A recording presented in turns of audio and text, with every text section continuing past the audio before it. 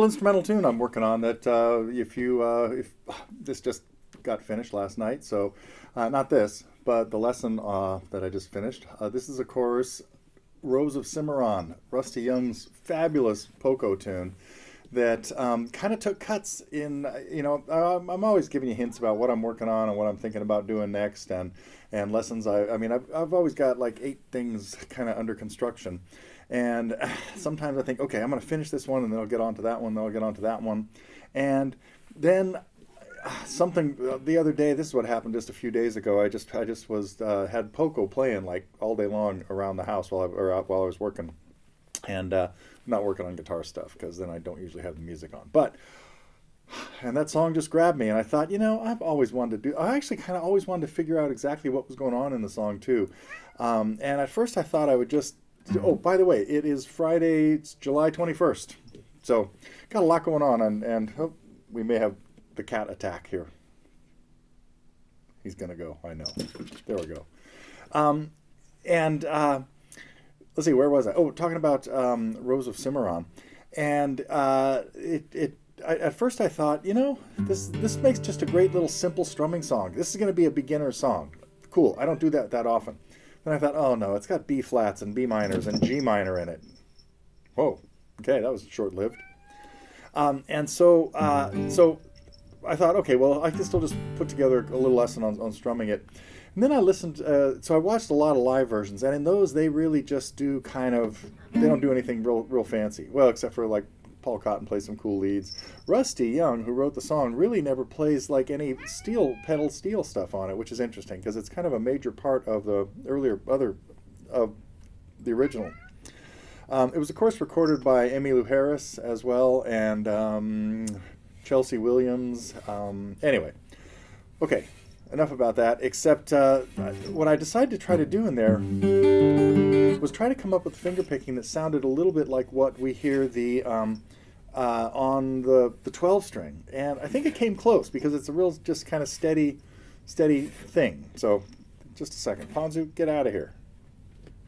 Thank you. I guess it's time to feed the cat. You just had breakfast.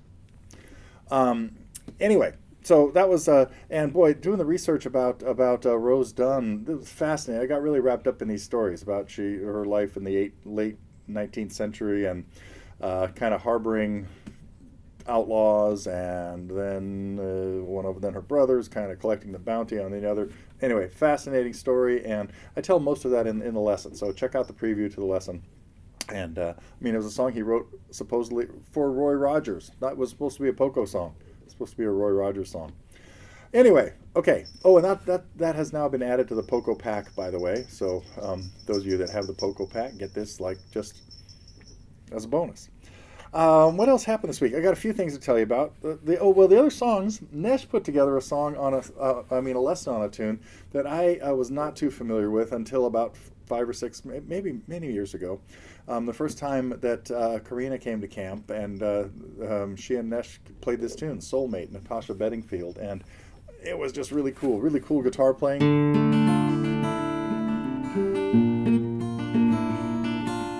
Something like that. D minors and B flats, probably a half step higher. But and Rose of Cimarron. Back to that. It's tuned weird. Well, never mind. I digress. Okay, but another one of those tunes that they must have slowed down the recording or sped it up. I think they slowed it down. I think I said it wrong in the other thing too, because it's a half step low from standard pitch. But and what else? Oh, now going back to the. I was working with one of my students, and we were talking about Edelweiss, and he said, "Well, what got you on the Sound of Music thing?" And I said that was a recommendation on the forum to get to another instrumental version of something like that, which I still didn't get to. I decided to start that one with the way the guitar part really went, and so that was kind of fun listening to the guitar. You kind of hear this you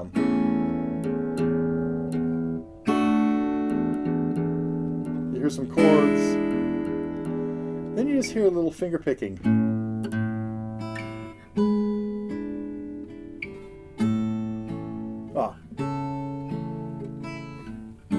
With some unusual bass notes in it.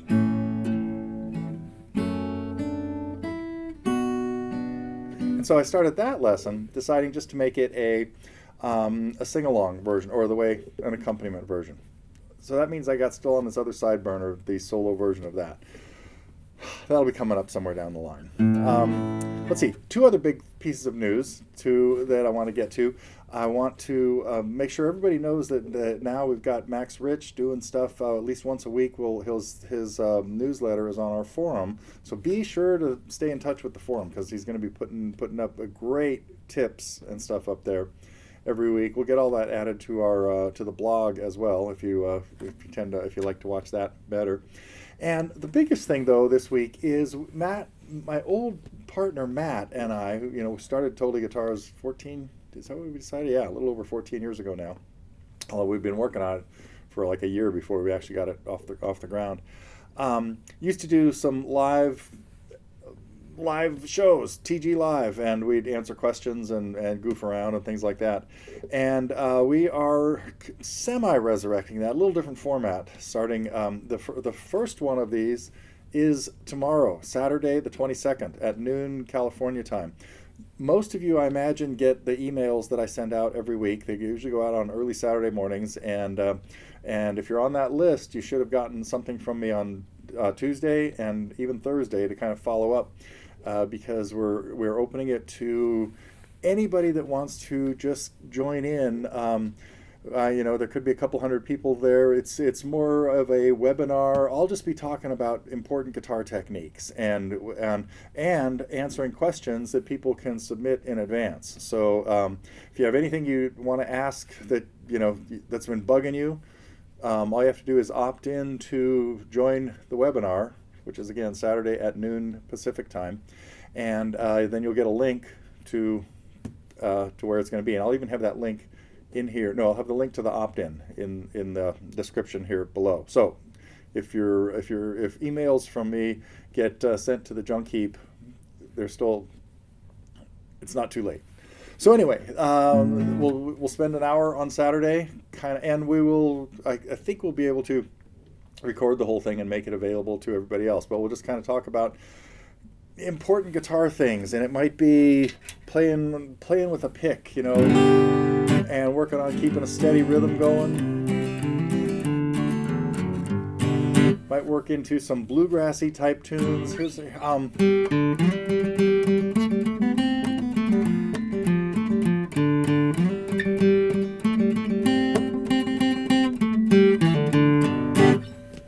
might have to bust into that. That's another one that I've got kind of on a side burner. But that's going to move to a front burner as well pretty soon. So anyhow, I think that's it as far as everything I was hoping to talk about today. We got some new songs. Again, those of you that get the emails about every week we put some packs on sale at usually $5 to $10 off. So that'll continue happening. I don't know what they're going to be yet. Let's see. I should play something. Oh, let me see this.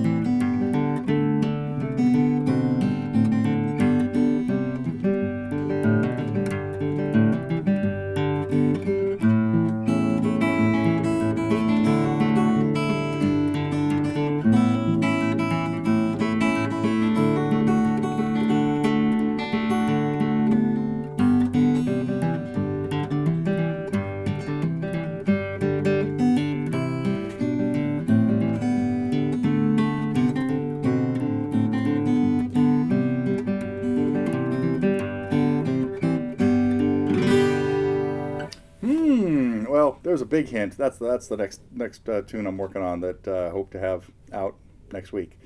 Probably won't be that version again. It'll be more the bluegrassy version with some leads. There was something else really cool in that. This is I'll keep you in suspense.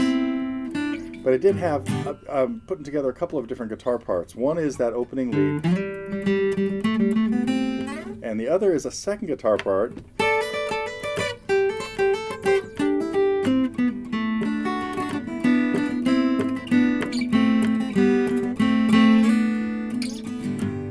So this is turning out like usual, turning out to be more complicated than I thought. Oh, just show them the chords and maybe a little bit of the lead, and anyway. Okay, let me see. What haven't I played? Oh, one of my students was talking about this.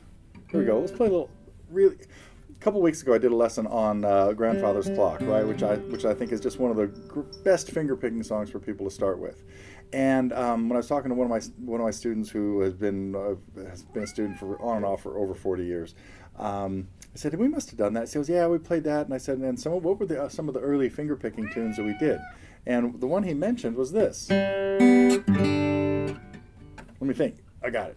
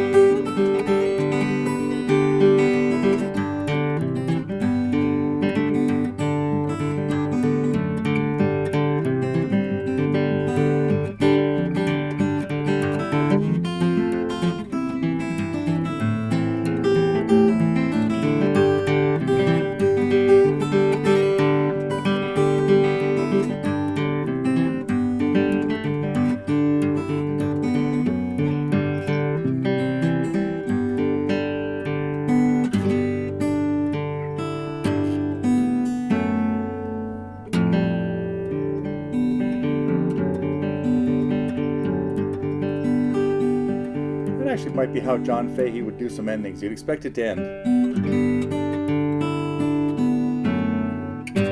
There's like the standard resolution, and he would just do things like that.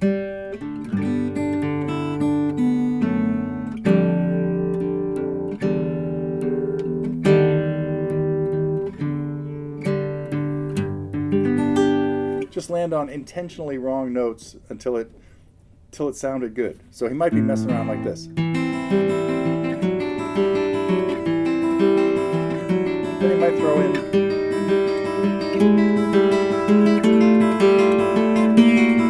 And he's just going to keep going until it sounds good. Oh, that one's better.